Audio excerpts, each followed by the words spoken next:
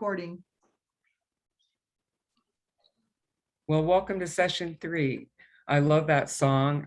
I always breathe a little slower after it plays. And, I think we're all trying to be that reflection of the sun and light from the moon as well when we come together like this. So I am your Dean, Kathryn Witte for Mission U. We're glad you're back for session 3. And it's a call for hope and action. And our leader, Pastor Waveland King, has certainly given us many good insights and practices that will continue to give us hope. And I have no doubt that will happen again today. Every week, I feel compelled to thank our entire planning team members for all their great work. As Belinda likes to say, it takes a village. I always say many hands make light the work, but these sessions wouldn't come together with the kind of detail involved if it wasn't for all the great people working together on this committee. So thank you. Also, a big thank you to all of you who continue to participate in meaningful ways with the chats and the reports and your total engagement into this process of learning about climate change and how we can have hope and a pathway to get there. So on that subject, because so many of you do use the chat room for your postings, I want to bring to your attention another kind of a Zoom tip for today, which is when you are in your breakout rooms, many of you may be using that chat to record what's going on there for your note taking.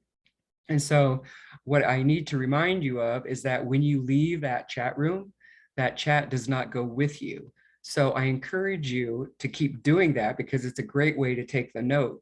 But then just before we leave the break room, I encourage you to cut or copy that text. And it'll be, think about holding it in your mouse or however you've done that, but you've copied it. And then when we get back together in the larger room, you can then paste it in the chat room that's in the larger group. So again, cut and paste out of your break room and then put it into the larger room when the time comes. So that's just kind of an important Zoom tip that kind of went past all of us until we got really adept at using it to kind of capture our information. So keep doing that.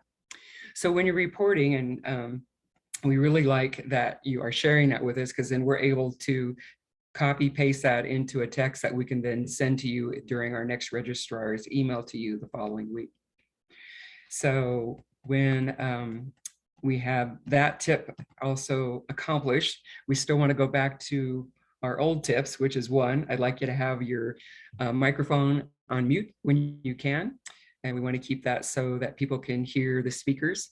The other thing is if you would like to use the speaker view on your recording so that you can see the person that's speaking along with a little, it's almost like a film strip of the other people that are participating that you can kind of toggle through and see who is there. And then I also want to recommend that that it is recorded. And if you want to go back and look at them, you can do that. All 3 sessions after this week will be there for you to go back. Maybe there was something that really spoke to you in the first session that you want to go back and review. Belinda's done a great job of providing a minute-by-minute summary of each of those sessions. And those are attached to your email each week so that, again, you can go back and look at that. And as we discussed today, may become a great resource as you go back to present it to either your district or to your local unit. That'll be a great resource to have to do that. We also included a resource sheet with a few links as well. One of the most important links I'd like to draw to your attention is that the Climate Justice Task Force really wants to invite everyone who signed up for this study to become a regular participant in their work. And so if you would like to get their newsletter, it's one of the second or third links in the material called resources that was attached, but we will also try to put it into the chat today so you can just cut and paste it and get to it that way and sign up and just get that newsletter. We felt it really important that you be able to opt into that. We didn't want to just blanket send it to everyone. You need to have the option of either choosing to do that or not. Also, if you have technical difficulties, like for instance, today, I am using my grandson's earphones because my audio devices were not working on my computer. Linda Cockett can help you, and I will be posting that number throughout the session. Another reminder is that, we all get anxious when we talk about some of these subjects. And sometimes there's like the conversations don't even finish because we're so engaged in the topic that we have engaged Kathy Speech Ferguson as our spiritual growth leader. And so we'll be posting that number throughout so that you can perhaps call after the session is over to find someone maybe to talk to or share some of your anxiety with. And so now it's hard to believe, but we're ready to start session 3. And I know Belinda also probably wants to share a few personal care tips that she has developed to help us get through this time together.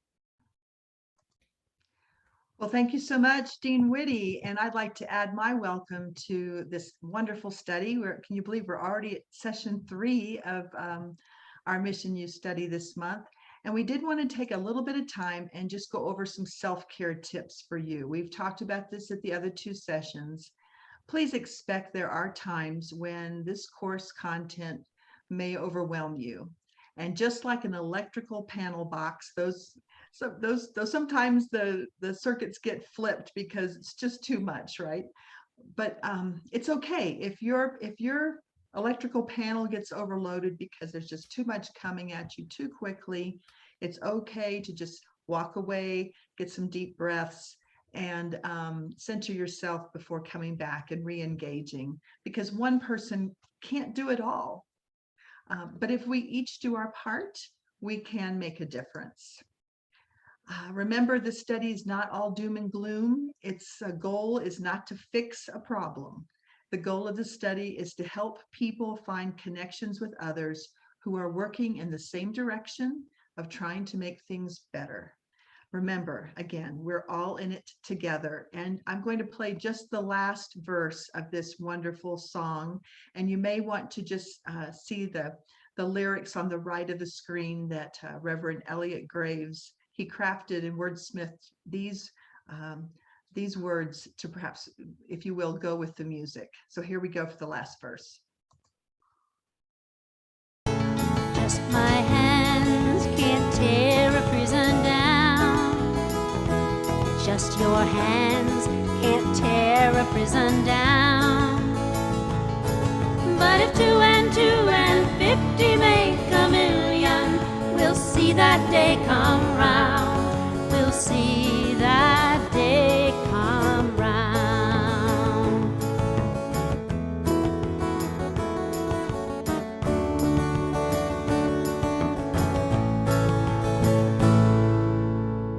Indeed.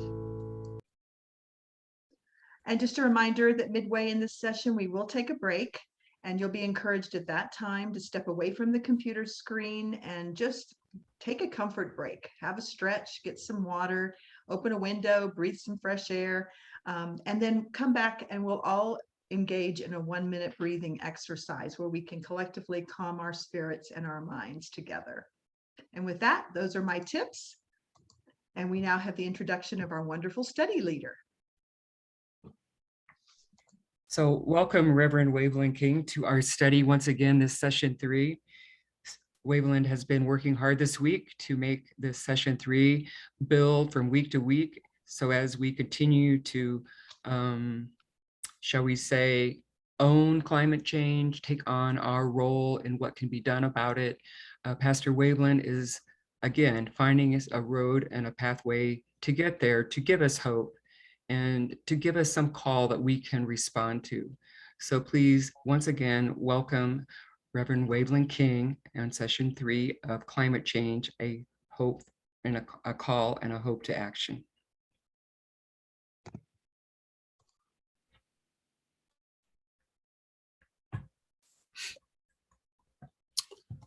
Well, welcome everyone to this 3rd session of our class. We've covered a lot of ground so far. The first 2 sessions, we looked at how scripture and theology underpin our concerns and efforts to alleviate the harm from climate change. And then we took a dive into the nitty-gritty of what climate change actually is. And today we're focusing on climate injustice, what that is and how it happens and what its opposite, climate justice, might look like.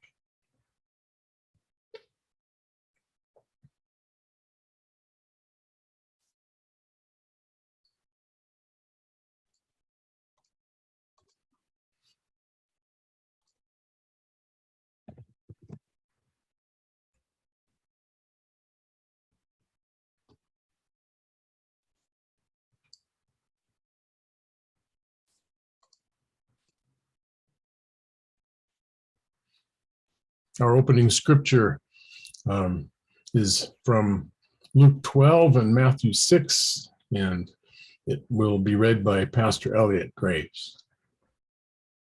And this Luke passage is one of my favorites. Someone in the crowd said to him, "Teacher, tell my brother to divide the family inheritance with me." But he said to him, "Friend, who set me to be a judge or arbitrator over you?" And he said to them, "Take care. Be on your guard against all kinds of greed, for one's life does not consist in the abundance of possessions." Then he told him a parable. The land of a rich man produced abundantly, and he thought to himself, "What should I do? For I have no place to store my crops." Then he said, "I will do this. I will pull down my barns and build larger ones, and there I will store all my grain and my goods. And I will say to my soul, 'Soul, you have ample goods laid up for many years. Relax, eat, drink, be merry.' But God said to him, 'You fool, this very night your life is being demanded of you, and the things you have prepared, whose will they be?' So it is with those who store up treasures for themselves, but are not rich towards God." And then from Matthew 6:20 through 22, "Store up for yourselves treasures in heaven, where neither rust nor rust consumes, and where thieves do not break in and steal. For where your treasure is, there your heart will be also."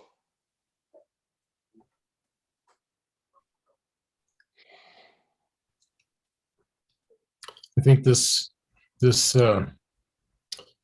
set of passages that talks about the treasure of our hearts is very relevant to what we're looking at in terms of climate change, because as we will hear Greta Thunberg say later, we take care of the things that matter to us, which means that if we're not taking care of the issue of climate change and creation care, that must mean that it really doesn't matter to us. And we have to look at what we can do about that.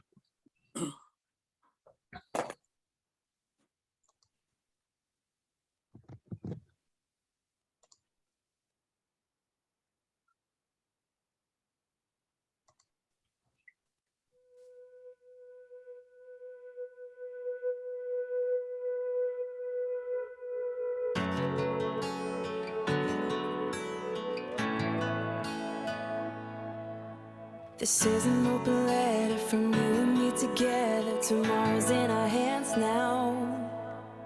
Find the words that matter, say them out loud, and make it better somehow. Looking down from up on the moon is a tiny blue marble. Who'd have thought the ground was tender Could be so fragile. This is a love song to the earth. You're no ordinary world, a diamond in the universe. Heaven's poetry to us. Keep it science. Keep it science. Keep it science. 'Cause it's our way. It's not about possession.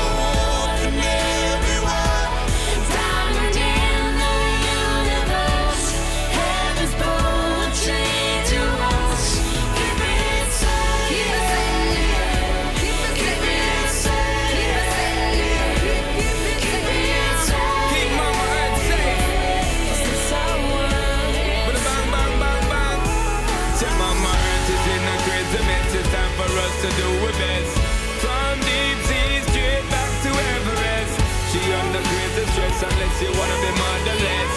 Green heart is the way I dress. Speediness and too much greediness. 6 billion people all want plentiness. Some people think this is harmless, but if we continue, then only live emptiness. This is a love song to the earth. You're no ordinary world. A timing in the universe. Heaven's poetry to us. Keep it safe. Keep it safe. Special paradise. Keep it safe. This is a love song to the earth. There's no ordinary world. Timing in the universe. Heaven's poetry to us. Keep it safe. Keep it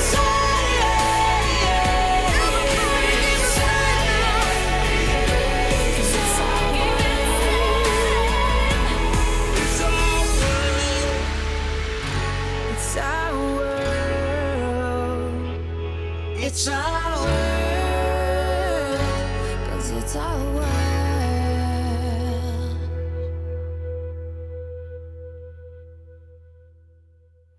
Please keep it safe.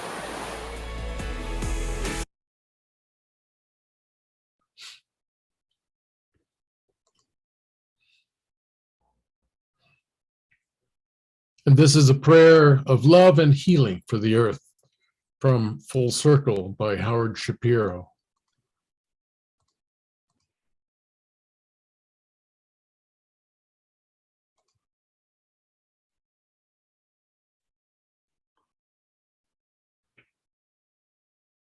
I don't have those words on the slide, Okay. Pastor Waveland. I have it here. I have mine. I'm sorry. So you mean the whole, I understand now. I thought you were introducing something else.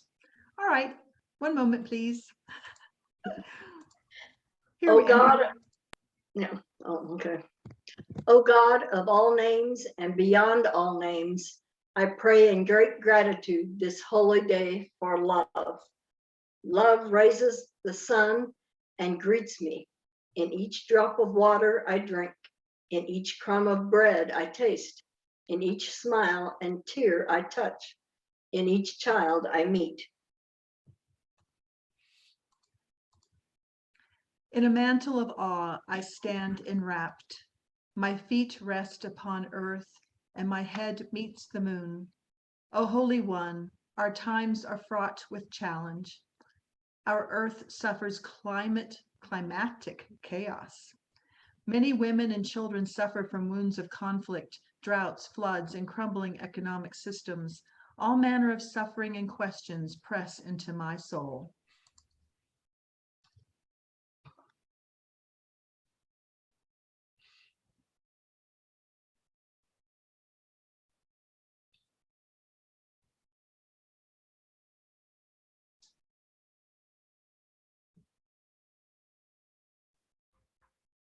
My small beating heart does not seem large enough, yet daily it keeps expanding beyond body boundaries to compassion. Each morning, love rises beyond a known horizon in the unknown day. Each morning, hope beckons me into my stardust destiny. Each noontime, grace feeds me with love. Each evening, an invisible breath enfolds me in a shawl of mercy. O Holy One, who is love, hope, grace, and breath, transform our sadness and doubt into songs for life. We pray for our beloved planet and all brothers and sisters. May healing waters bathe the rivers and oceans. May small deliberate actions grow seeds of Earth's justice. May one prophetic note of the smallest bird song, courageously sung on a busy street at dawn, may it inspire readers to free their voices, to speak for the common good, and future generations. O God of all names and beyond all names, whose face is love, may I and we collectively be the face of transforming love in this moment, in this day, in these times. Amen. Amen.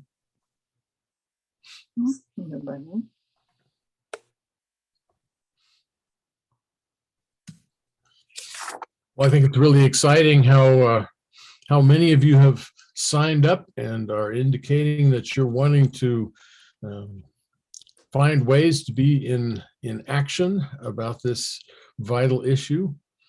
And of course, there's never enough time in a study like this for everyone to share, especially with the number of people we have, or to more than scratch the surface of the content, given that it's such a complex and involved topic. But we've looked at the biblical and theological roots of understanding climate change so far. And then we looked at what it actually is, climate change, and how it works, and what we can reasonably expect given different choices that we make. And we saw how God's call to care for creation, especially for the weakest and the most helpless, is heard over and over again in the Bible, from Genesis through the Psalms, through the Gospels and letters of the New Testament. And I know you're getting eager to look at solutions to all of this, but first we need to deal with one more thing: exploring how climate change affects real people in this real world, the injustices that result, and what success in making climate justice would look like. It's important to remember that even though our awareness of climate change has only come about recently, the injustices it creates are offspring of ones that have been around a long time, like colonialism and nationalism, sexism, racism, all of which grow in the fertile soil of greed and intolerance, ignorance, and fear, and all of which involve the domination of one group of people by another. And unfortunately, religion and bad theology has often been at the heart of that, been more harmful than healing, as in the doctrine of discovery with colonialism and the history of Christian boarding schools in America.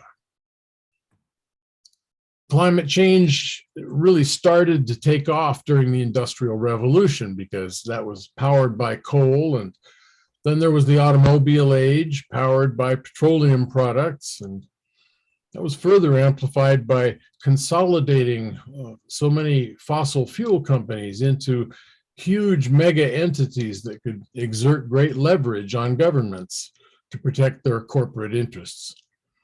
The worse the problem became, the more those companies pressed the idea that there is no problem and discounted or demonized anyone who said otherwise. It's important to remember that when we talk about climate change, we're really talking about anthropogenic or human-caused excess climate change, the part above and beyond the natural fluctuations that have always occurred, which means it's also the only part that we have any control over because we are what has caused it. Climate change is caused by two things: anything that increases the amount of greenhouse gas in the air and anything that decreases the sinks, the ability of natural systems to absorb and remove those greenhouse gases from the air.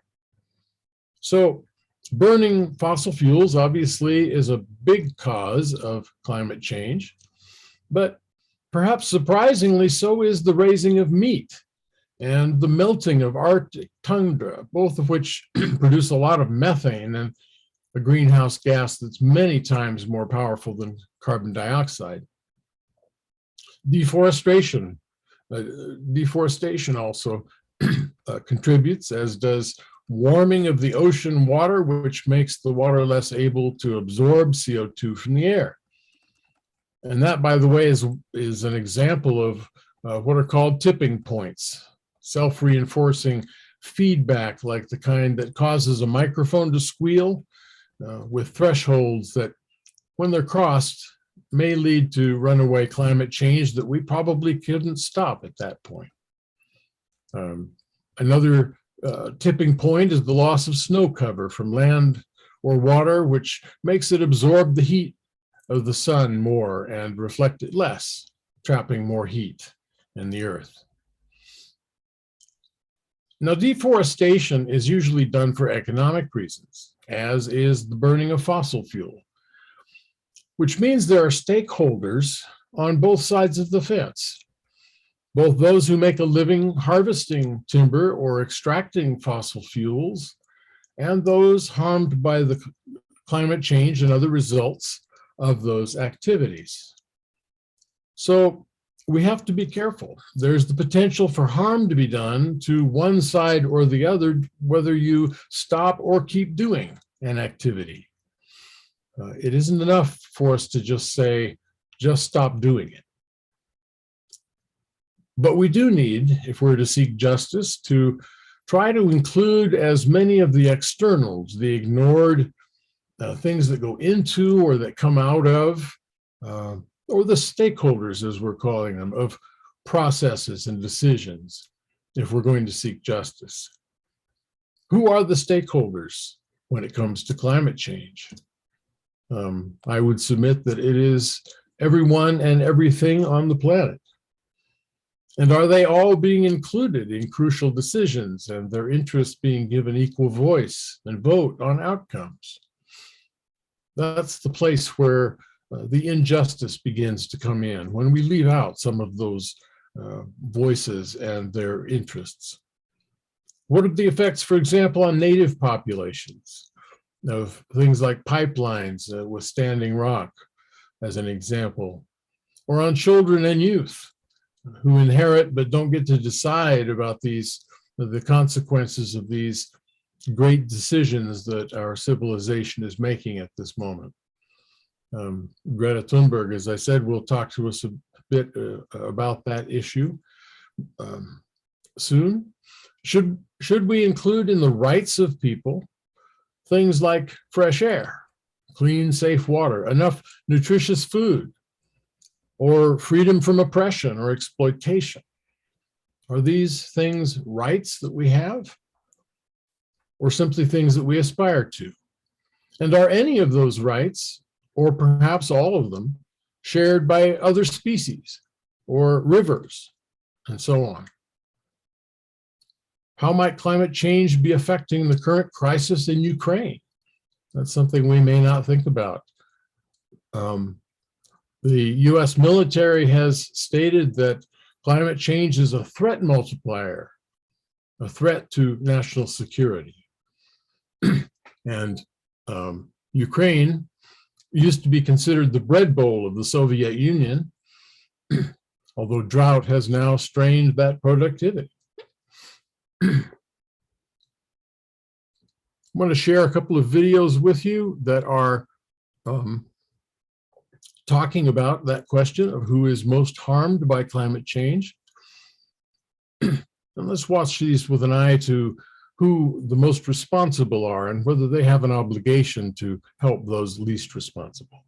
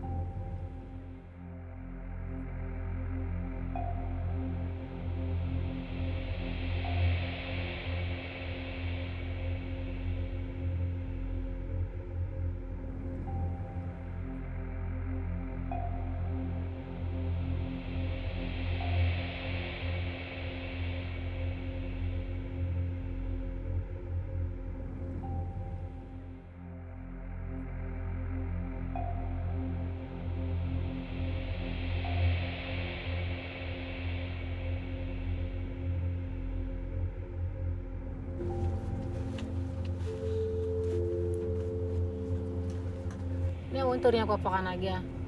Eta pidalanya kurecha, damari ko ngintanya kurenagai. Yoko kinchana panai.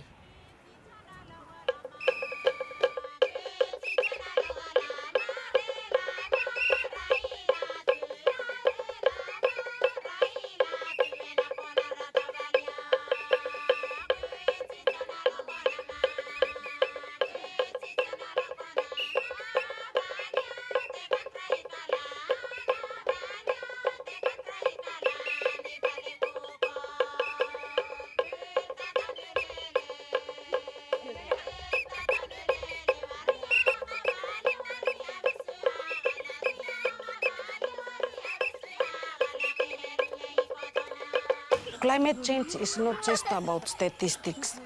Climate change is not just about science. Climate change is about human rights. This is bigger than religion, it's bigger than country borders, it's bigger, it's about the future. And I think the solution's there. We just need to help people with a push to find it.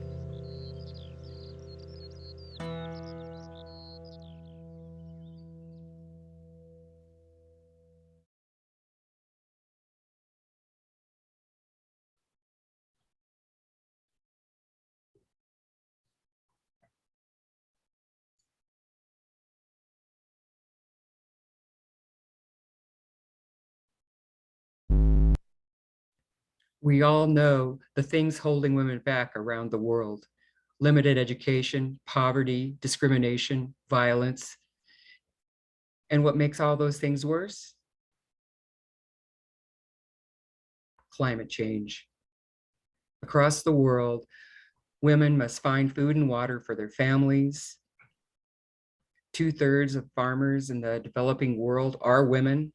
In Africa, it's more than 90%. They do heavy work, but in many countries, they eat after their male relatives. This means during floods and droughts, they eat less.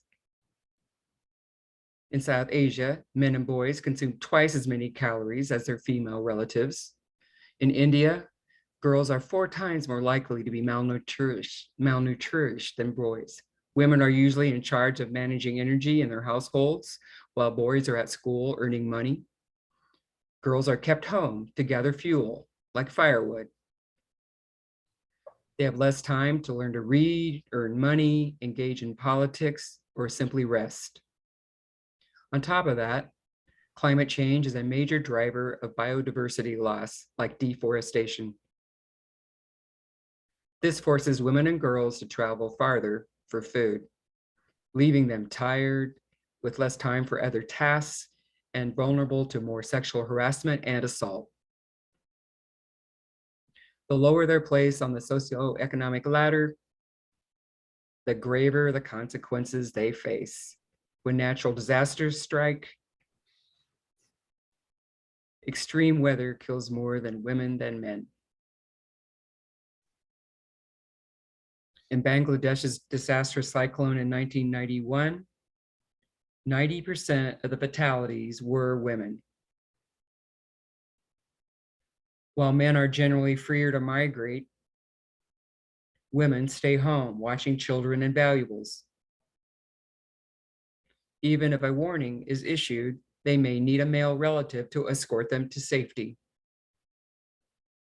Climate change opens the door to scarcity of resources, loss of income, dislocation, unrest, lack of safety, all of which fuels discrimination and sexual violence. Ignoring climate change will make it harder to help women across the world.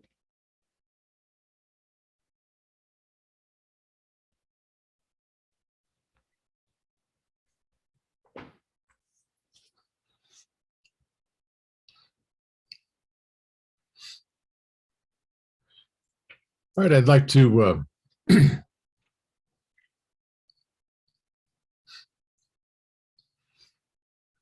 have hear from some of you what you think might be the answer to the question, who is most harmed by climate change, and do those most responsible have an obligation to help those least responsible? If you have a thought, you just unmute yourself and share it. The question's also located in a chat if you'd like to reread it. Yes, thank you.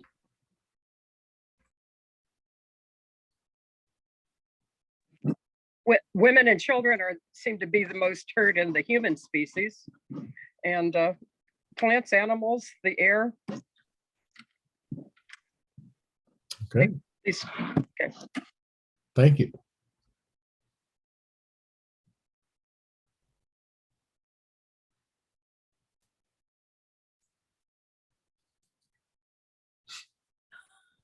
Anyone else have a thought about that?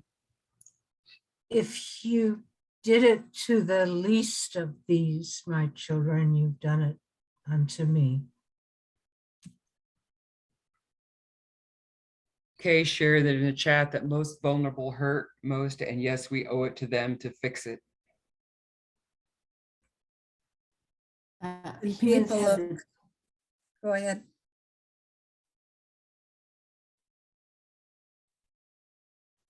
Humans have the brain to fix things. Animals and lesser beings do not have the ability to make the change.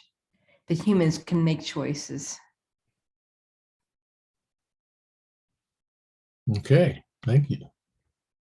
And some of people of color tend to be hurt more because they often live closer to the coastline as the ocean rises, and they live in less sturdy structures that don't withstand the kind of weather events we've been having.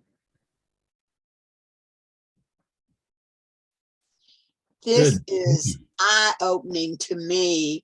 I never thought about climate change hurting so many people, and I just thought it was in the industrial, countries, and we had to do something. So thank you for those videos. They were very eye-opening. Thank you. All right. I was interested in the last chapter, was at 6 or whatever it was, from the woman who was a missionary in the Philippines, and how just that one culture, that one small island, was affected by a huge company coming in from Australia to extract their resources and leaving them pretty much destitute, just so somebody in Australia could make more money.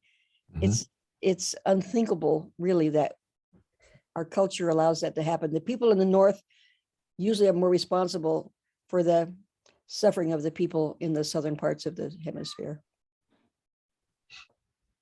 Yes, thank you. Yeah, you mentioned the Philippines. You mentioned the Philippines. That is true. Multinational corporations come to these helpless countries, small ones, and take advantage of the natural resources at the expense of the poor people who have to work, supposed to enjoy the benefits of the earth, but is taken over by multinational corporations who will drive these people away and take over. Like, for instance, pineapple plantations, rubber plantations. Right. These are the ones that sometimes helpful to the economy, perhaps, but not helpful to the poor people. And they took the oil from Papua New Guinea, and they make all these deals with the people, but then the money all goes to the big corporation and not to the people who had the land or the resources. It's true. And it's not only true of people of other lands, it's true in our own country how the multinational corporations have taken over farming and ranching and created these huge corporate farms and ranches to the detriment of the people who've been working the land for years and years and years, who are left with basically nothing. That's true. And so they're doing it all over the world, not just in other countries, but in our own as well. Mm-hmm. Yes. Should I really consider getting coffee? That I know they're ruining the coffee growing is getting difficult. Going to Starbucks and getting the special coffee. I'm drinking water, eating almonds, all these things that deplete our resources more and more just for our satisfaction. I feel more and more guilty about the things that I use and the choices I make, knowing it's hurting me, hurting us, hurting all of us. And it's helping me to be more, giving more thought to what I'm using. And do I deserve to go out to these specialty things to get this special something that somebody in a poor country had to sacrifice? Good. I'm not happy with that. Good questions. And I would urge us to, I guess I would say, not beat ourselves up about, where we are in this process, because where we are is where we are, and that's always the best place to start. And that's why we finished each session with the Maya Angelou, I'm going to say her name, sorry, wrong, Maya Angelou quote, when you know better, you do better. So this is all about awareness and how we can be more aware, and then we can do better. I wanted to just focus a little bit that when we're talking about, I think it's easy for us, especially in this setting, to assume that some of these things we're saying are sort of obvious, that they go without saying, like the idea that that there is a responsibility on the part of the strong to care for the weak, that kind of an idea. That is not an idea that is held by everyone. And so we need to be aware that if that's something that we believe, we need to understand what the implications of that are in terms of dealing with people who don't share that belief. So,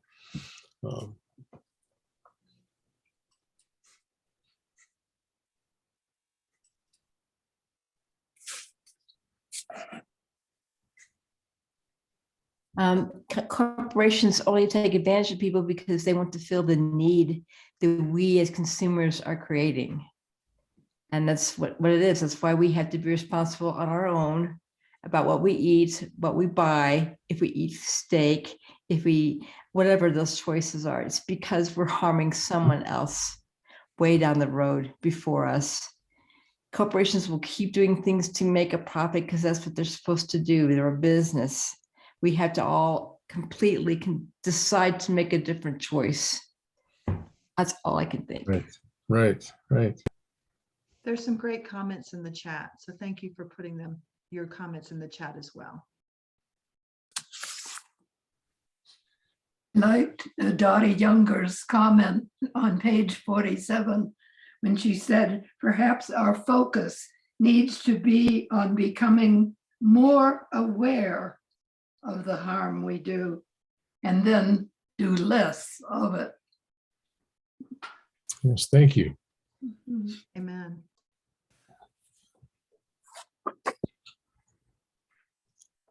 I keep thinking about our media, thinking of the video that we just saw about the effect of climate change on poor countries, and I often think about the increase in the oceans, and how it's beginning to affect some of the island people. And when I think about at least the media sources that I pay attention to, even when they mention climate change, there's not mention of the impact on developing countries and poor people. And I'm thinking that maybe that's one of the places that we need to take some action to encourage our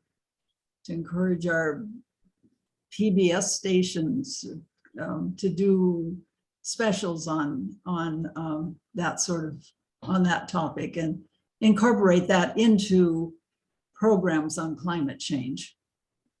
And the visual information like that video, which is much more impactful than just hearing about it. Amen. Yes, thank you. Thank you. Are you ready for your next video, Yes, Pastor? we have it. We're ready for the next video. It is one about the Standing Rock resistance by Native American people to the pipeline coming in.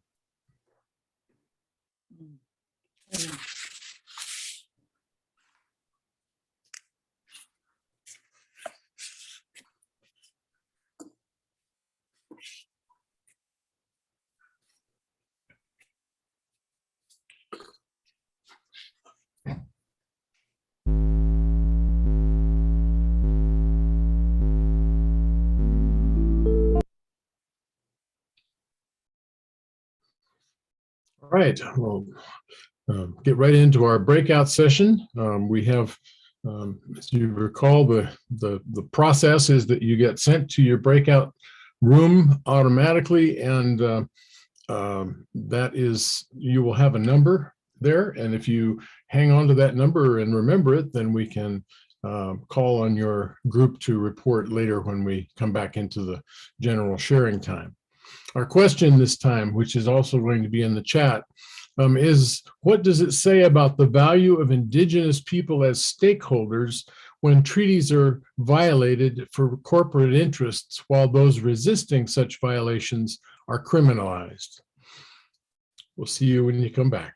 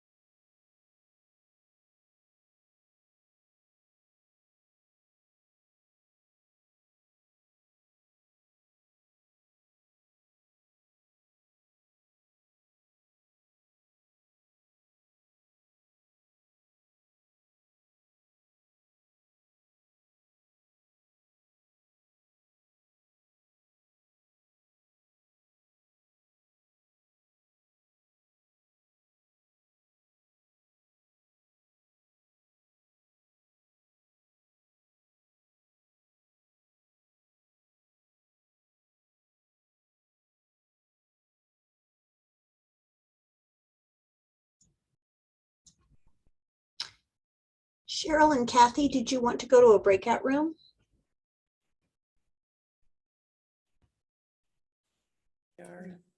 Yeah, Linda, we're having our 6-person chat room right here. Oh, okay, great. Sounds good. How about you, Cheryl?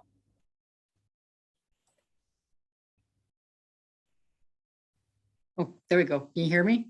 Yes. Do you have anybody with you? So I'm not in a breakout room, but I can put you in one. Oh, okay.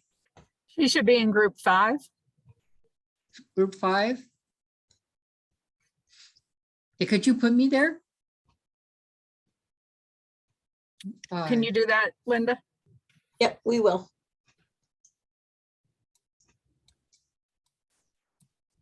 Okay. Just got to figure out how to do it, Cheryl. Give me just a that's second. fine. There we go. No problem.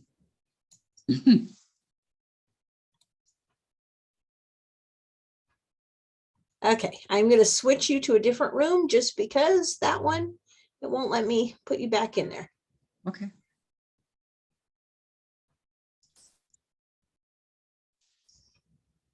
You should get an invitation that says join. Got it. Okay, here we go.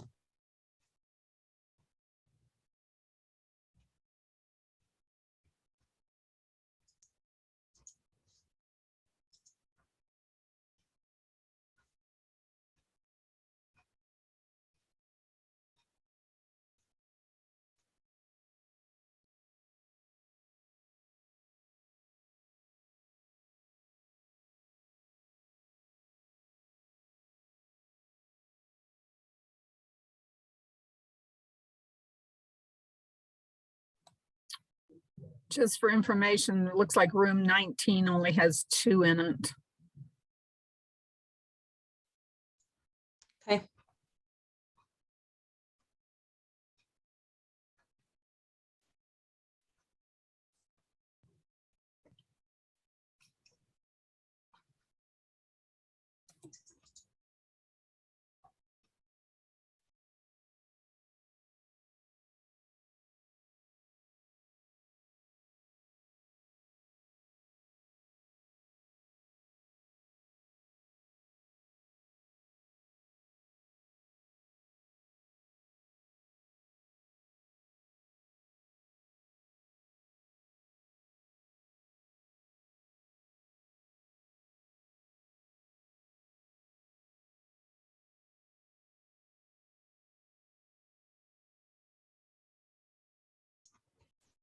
Hi, Evelyn. We are in breakout rooms. Would you like to join one? You're muted. You're muted and I can't hear you. Yes, I'm supposed to be in room 16.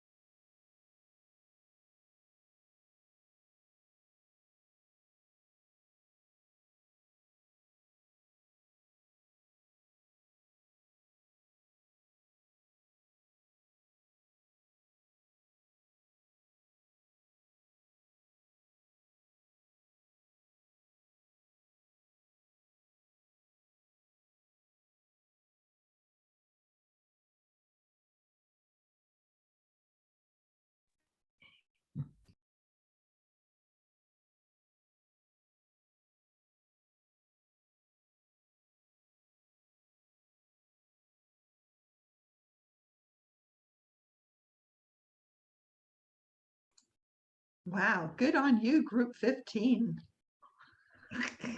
Most impressive. Woo-hoo. That's right, Kay. I guess we're back, and I would ask if there's someone who wants to start us off in terms of sharing what you came up with in your group.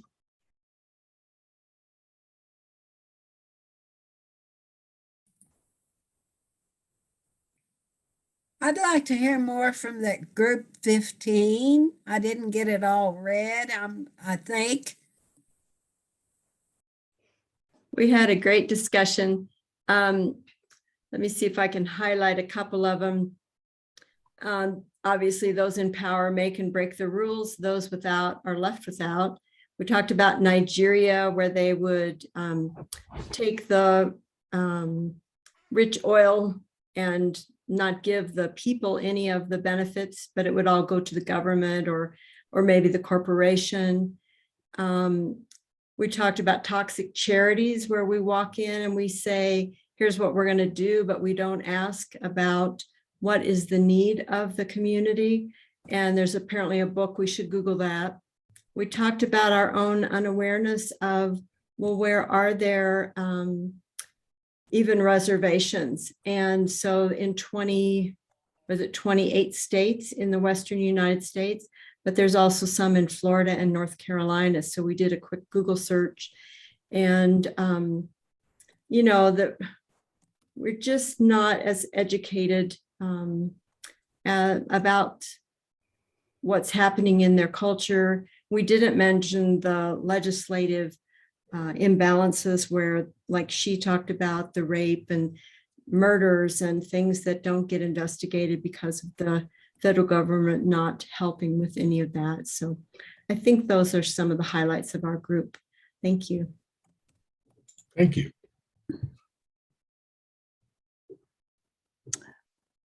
Group 3 talked about greed and race and power as main movements. We talked about the amazing statistic of the disappearance of Native women. And so often, if a woman disappears on the reservation, but her body is found not on the reservation, it's hard to know which entity is in charge. And that seems to be unclear as to who goes ahead with the investigation. And so that was one of the things that we discussed. We also said that the statistic also proves that poverty and men using women is another problem with that statistic. So I think there was other things that were already mentioned. Okay, thank you. Group 5 talked about the role of politics and money, where getting pipelines completed mean more money for the company, and we all demand a lower price fuel, and their lobbyists pay the politicians so the politicians can favor them because they keep them in their office. And it isn't just the indigenous people that are getting tromped on at many times, but it's all of us as we become aware of the danger of the fossil fuels to the climate. And we also talked about how we don't really know what was in those treaties, and they certainly are being violated, and there doesn't seem to be anybody in the government that tracks them when a company wants land for a pipeline. I'm complete.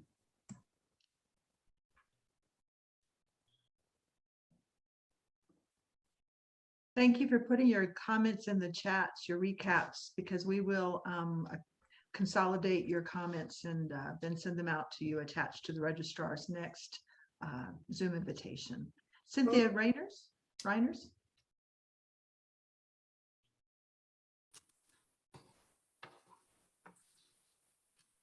Cynthia, you're on mute. There we go. Let's see.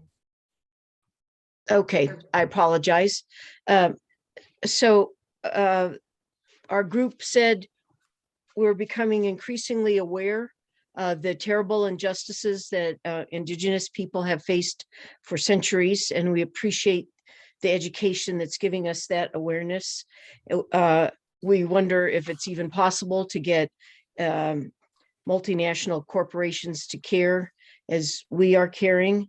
I'm celebrating that courts are increasingly recognizing that many tribes hold very senior water rights in the Southwest, particularly in the Colorado River Basin, and that this is clearly increasing the economic and political power of those tribes as those rights are secured to them, and that it's very difficult for Christian people living on land that has been expropriated from Indian tribes to find a way to solve these problems.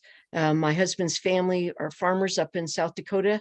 They live right next to Pine Ridge and Rosebud, and they don't really have anything good to say about their neighbors. And they are have been farming on that land for 5 generations.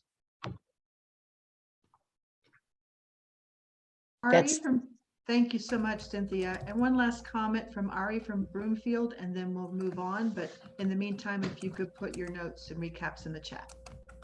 Okay.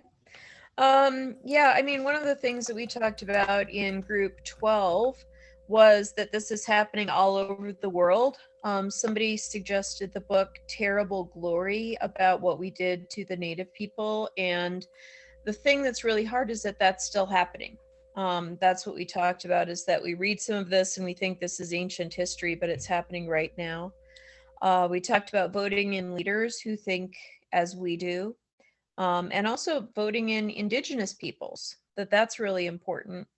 The rich and powerful seem to make their own rules. And we talked about how the privileged don't often hear about these problems until it's too late. And, you know, how can we stay informed so that we can make a difference sort of in real time? I think the problem is that a lot of times the people who have the money write the narrative. Like we talk about how the winner writes the history books. I think it's the same thing with the wealthy. They get the message out, and the indigenous people or poor people don't really get the word out about what's going on because it's too expensive to do that.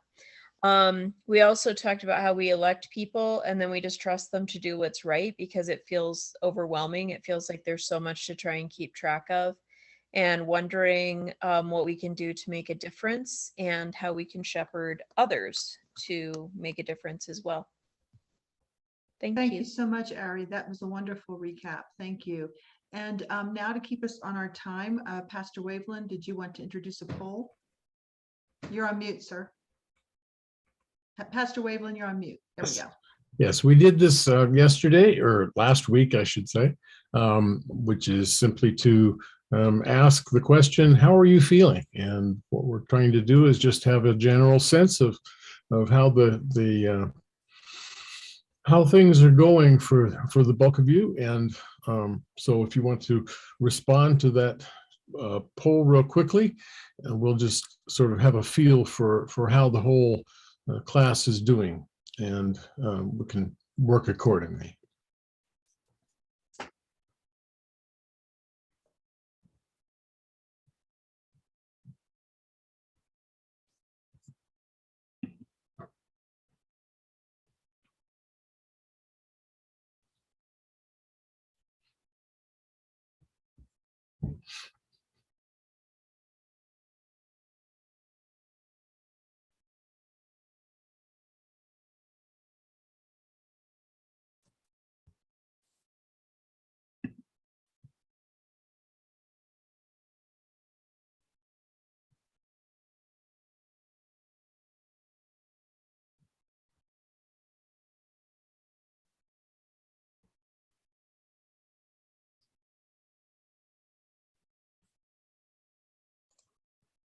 and the results are in.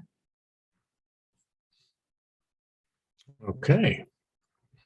So we have a sense there that the two largest groups were the treading water doing okay and ready to go deeper, eager for more. But there are a few who feel like they're drowning or going under, and so would encourage you to put questions in if you have them, and we will try to cover those things.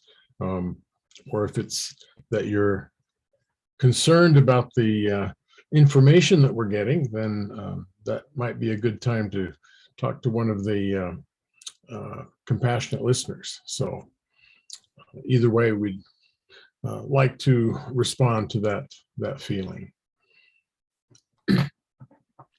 And now we're at our time where we enjoy a break. So please enjoy your break, and we'll come back in 10 minutes, and we'll come back at 3:29. And at this time, I'd like to invite everyone to share with me a 1-minute breathing exercise when we can collectively calm our spirits and our minds and prepare ourselves for the remainder of this study session. So please just breathe. You'll get cues from this 1-minute video. Please find a comfortable place. Be sure that when you're sitting, that you have your feet grounded on the floor, shoulders relaxed, and ready to have a nice, good breathing exercise together. Here we go.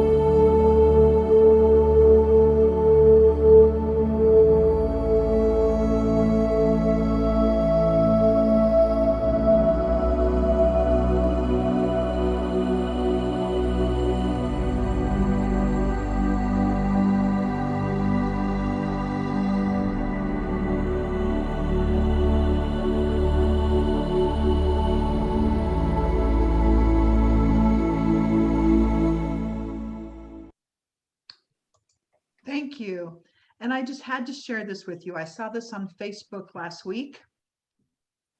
Do you recognize the similarities between a human lung and trees, to the design of nature? We breathe in what the trees breathe out, and they breathe in what we breathe out, forever overwhelmed by the beauty of God's design.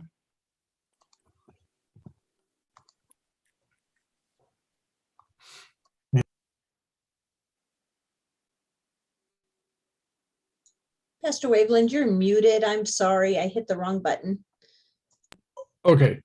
We have a video now from that is about Greta Thunberg. You've probably heard of her. She is a very outspoken young woman who organized a school strike. That's how she got started, and has become quite the voice for climate change resistance. So I invite you to share this video.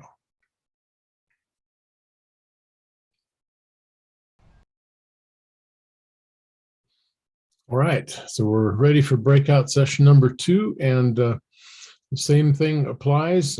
Please select a leader if you haven't already done that, but we'll be in the same groups. So if you've already done that, then that is fine. And a recorder that can report verbally or put it in the chat.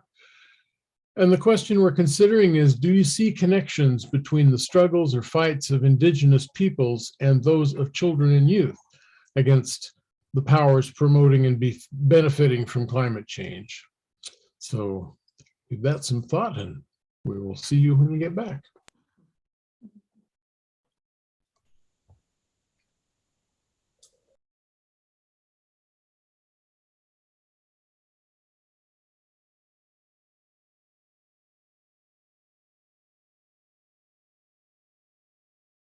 So I'll do that. All right, well, I guess we're back, and Don't know if you ended up being able to finish your conversations or not, but is there someone who'd like to start off sharing some of the things you talked about? Remember, our question was what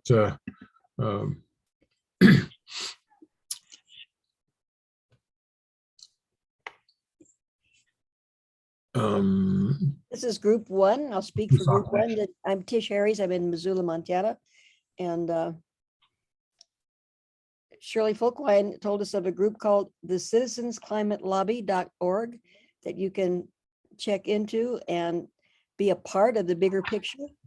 We agreed, of course, that children and indigenous people are the people without power, the people who are the most affected, who have the least voice. But we have hope in groups like Me Too, etc. I have hope in Montana. The 7 reservations are getting more power for their water rights. The control of the bison range that's on the Sailors Kootenai Reservation. Things are looking up. Both MSU and U of M have beautiful new indigenous people's buildings. So things are improving. We have hope. We talked about that last time, actually. But yes, indeed, there's much correlation between those groups. All right, thanks, Tish. I'll speak up for group 15. Yes. We had a nice discussion about that some of our churches have some hiking groups, and that we need to look at the scheduling of those hikes to make sure that they are amenable to school schedules, and to then invite our youth to join us on those hikes. And perhaps that would give us an opportunity for some informal conversation along the way to talk about climate justice and just to have some informal conversation with youth on that topic while we're hiking. All right, thanks. Group 7 talked about how the present culture is divorced from the connection to the earth, that we don't see that connection on a daily basis like our older generations did, and that there's a great parallelism between the indigenous and the children, and each needs to feel support.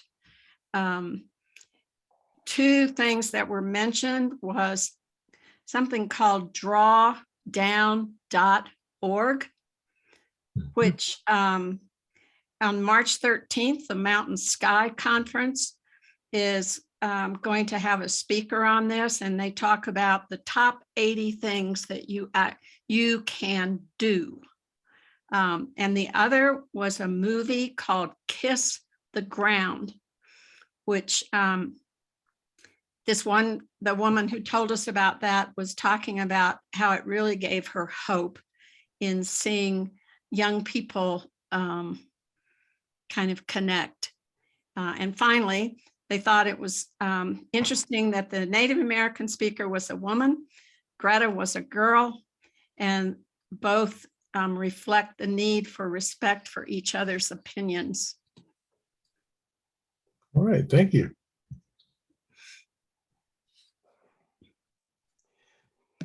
Group 10, we discussed the fact that the others have already mentioned that there's a real connection between youth and indigenous people who are struggling because of the lack of support from the general public. And it was pointed out that actually youth and older people can form coalitions because those 2 groups aren't as threatened with everyday life as the middle-aged groups, people who are raising families. And they can work together to support one another in the process of trying to do something in order to affect change, including climate change. Because the parents are too busy trying to raise their kids and doing it right. The old people, their kids are raised. The young people, they're looking for possibilities. And it seems like that's a very, very good coalition to create in order to work together for this sort of thing. All right, thanks. Very good.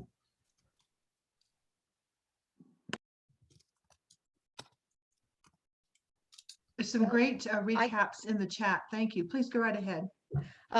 From group 2, building on what was just said, that there are many other groups in addition to Indigenous and youth, people that are outside of the power structure. I don't know if any of you have been on any of the climate marches or gone to 350.org things. It's quite an intergenerational group and really very inspiring. We were also talking about in being connected with affected groups, if UMW would be interested in making a resolution about specific actions, a pledge that we could make about things like no discretionary flying. Very hard to think of absolutely no flying if your family lives all across the country or around the world, but discretionary flying and not eating unsustainably grown meat. It's not all meat that's bad, it's how that meat is produced.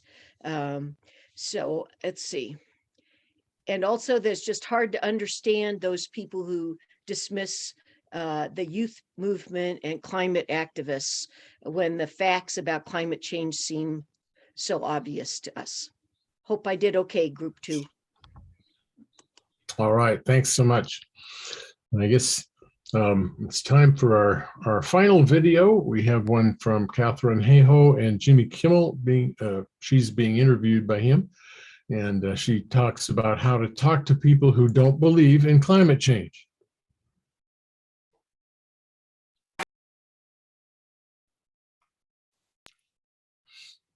All right. Well, we are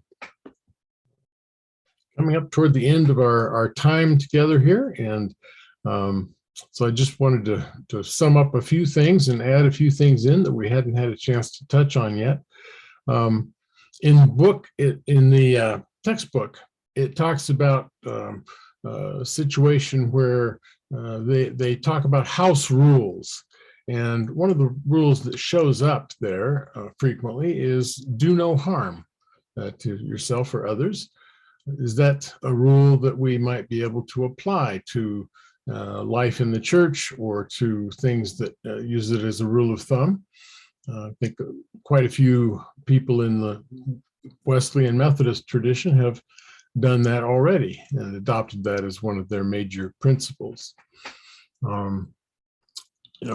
Sort of in relation to what we were saying before, how do we deal with the fact that most Indigenous treaties aren't being observed? Are there ways, as it was pointed out in one of the groups, that we can find out more about that? Because most of us don't really have any idea about those treaties until they become a specific issue for us. I wanted to mention that freedom is one of the things that people talk about in terms of climate change, as well as a lot of other things. And to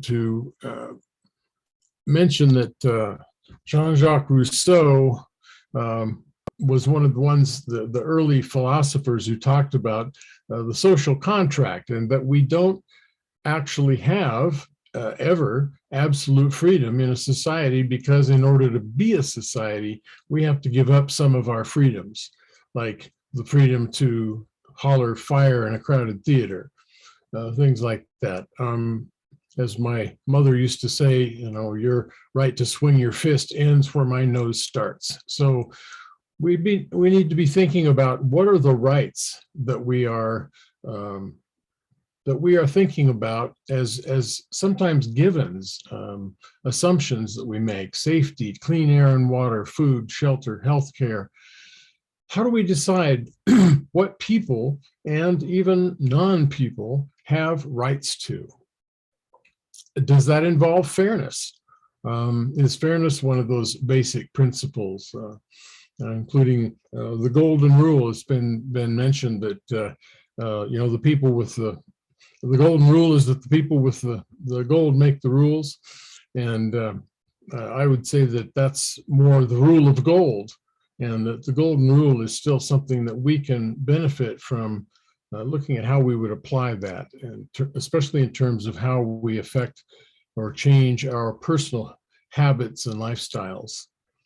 I would point out that there, as we're coming up on next time, we're going to be talking more about specific solutions that we can work on, some of which will perhaps allow us to take care of some of these problems of climate change.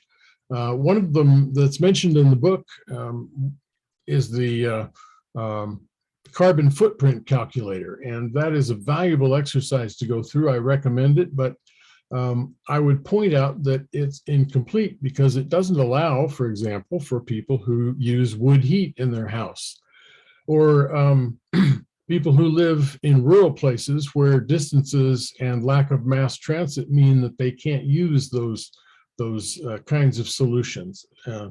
They are often just sort of left out of that calculation. And so it doesn't really reflect very accurately what kinds of things we're able to do in terms of response. But could we create, as they suggest also in the book, a set of rules that the church, or by extension us, that we should live by, that we would take God's creation into consideration? What would it look like if that worked? If we took those rules seriously, would we come up with something that was really something we could consider climate justice as opposed to injustice?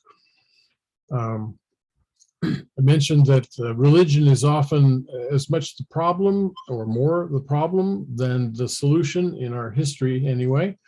And I think one of the things that we need to do by way of response to climate change is to look at how to counter bad theology, how to recognize it when it happens and push back against it, because there's a lot of it around, and it's very deep-seated in our, all the denominations, traditions.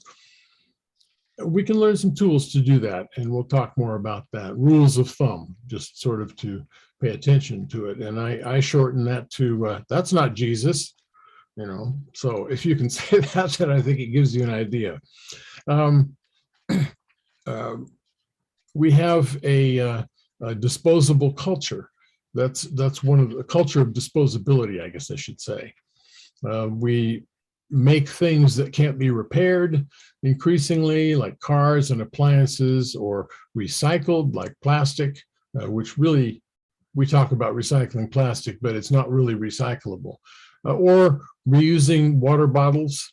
They can really only be reused a couple of times. So those things are difficulties that go down to the root of our culture and what kinds of things we want to encourage our private enterprise to create.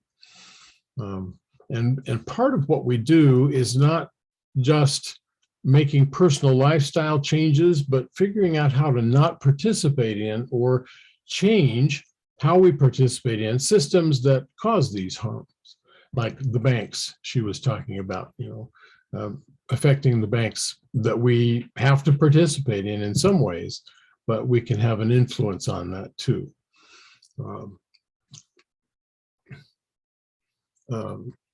I mentioned that the military refers to climate change as a threat multiplier, and that's because it worsens things like droughts and famines and floods and extreme storms, all of which cause social unrest and migration and so on. We have to follow the money, the vested interests, who's standing to benefit from the way things are or the way they might be. Is conflict of interest a problem anymore? And finally, as John Wesley pointed out, there is no salvation without the social gospel. we can easily feel like salvation is a personal thing, just between us and God. And in one sense it is, but it also is always involving our neighbor and the rest of creation that we've been given this responsibility for. For next week, we're going to be talking about, this is our fourth and last session. We'll be talking about the chapter 7 and 8. So I invite you to read those if you, and review the resources on the list that's being sent out each week. And we will look more next week at things that are possible solutions that we can actually use to deal with and respond to this climate crisis responsibly. We have a couple of announcements as we're closing out here. There are ways that you can work on helping your church come up with a green team, a group that is focused on that. You may already have one, but if not, then we're very much encouraged to get one going. And there are resources to help in starting that up that are on the conference website. There are grants available for doing things of that sort, creation justice grants, and invite you to apply for those as well. Those are things that can be used to help get you more aligned with creation justice concerns. And finally, the Just Love 2022 Lenten series is going to be having exploring justice issues and creation justice and climate change. This is one that is well worth checking out and participating in. You can register on the conference website again. And finally, the Mountain Sky Conference Creation Justice Task Force, which is a real mouthful, is the group that is forming within the Mountain Sky Conference to deal with precisely these issues, and involves a number of different small working groups. And so there is probably a place that you could find that works for you and addresses your sense of calling in regard to this issue. And again, the information's on the conference website, and I believe we're also giving out some resources in that regard. So thank you very much for being a part of this, and we will see you next week. We have a prayer as we're concluding that the first part of which will be read by Steve Torres in a Spanish translation.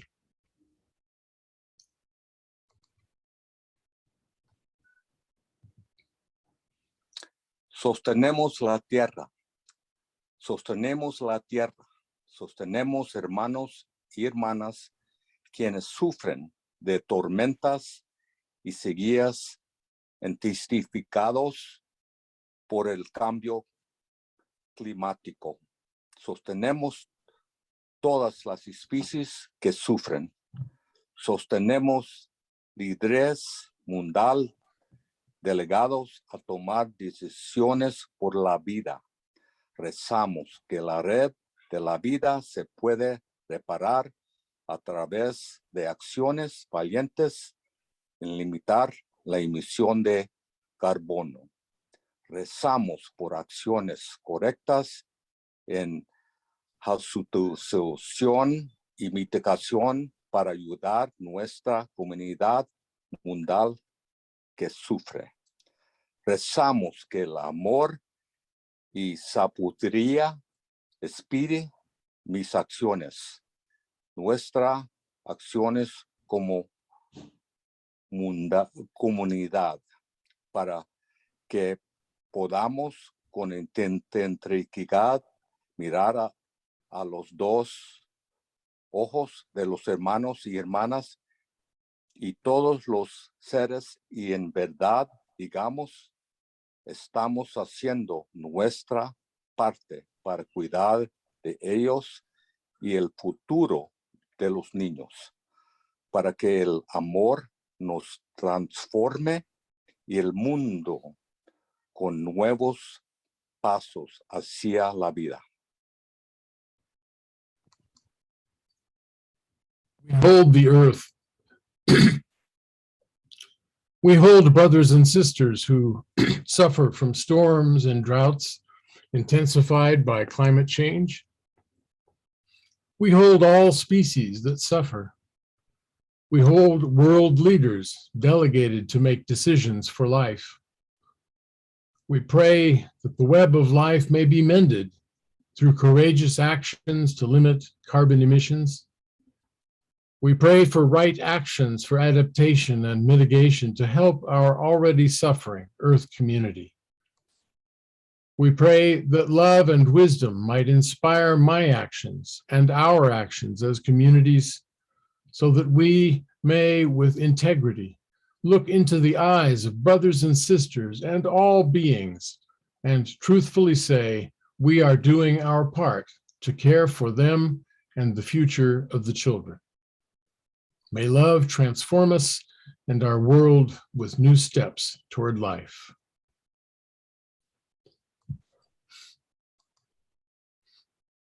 And finally, we conclude with a song that was organized. It's from a movement, Sing for the Climate, that was organized in Belgium in 2021.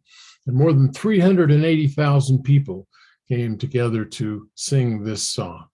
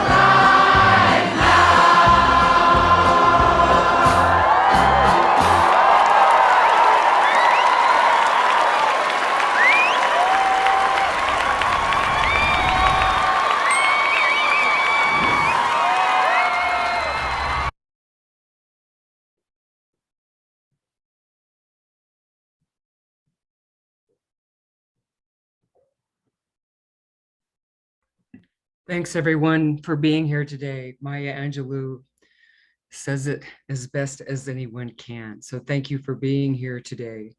And I just have a couple of things I want to add. I did address them in the chat. One, the books are still missing that I have outstanding. And as soon as I get them, I will distribute them. I will package all the chapters together for our end of the week mailing before next week, so that you will have all the chapters in one PDF, if that's helpful at all. And I will also wanted to draw your attention to the enormous work that the Climate Justice Task Force has done. And I did post the link to the newsletter, but I would encourage you to go to the Mountain Sky website and you could search for climate justice and the enormous work that that task force does, continues to do, and makes available to us really to carry forward with what we do in this study. One of the reasons the planning team chose this study is because that task force had been formed and because it was all back in the public eye again. And we felt it important that all of our UMW folks who are engaged with Mission U would have that opportunity to repeat that study that was done some years ago. but more importantly, to, as a conference, really point to the work the Bishop's Task Force on Climate Change and the good work that group is doing. So, together we're stronger. The more we know about each other's work, the better we can put it to good use. And so it's an effort to really be collaborative across the conference to try to make a difference. So that is it for this week. And I look forward to seeing you next week in our final session. And our thanks to Pastor Waveland King, the entire team, and to all of you, I say God bless and good evening.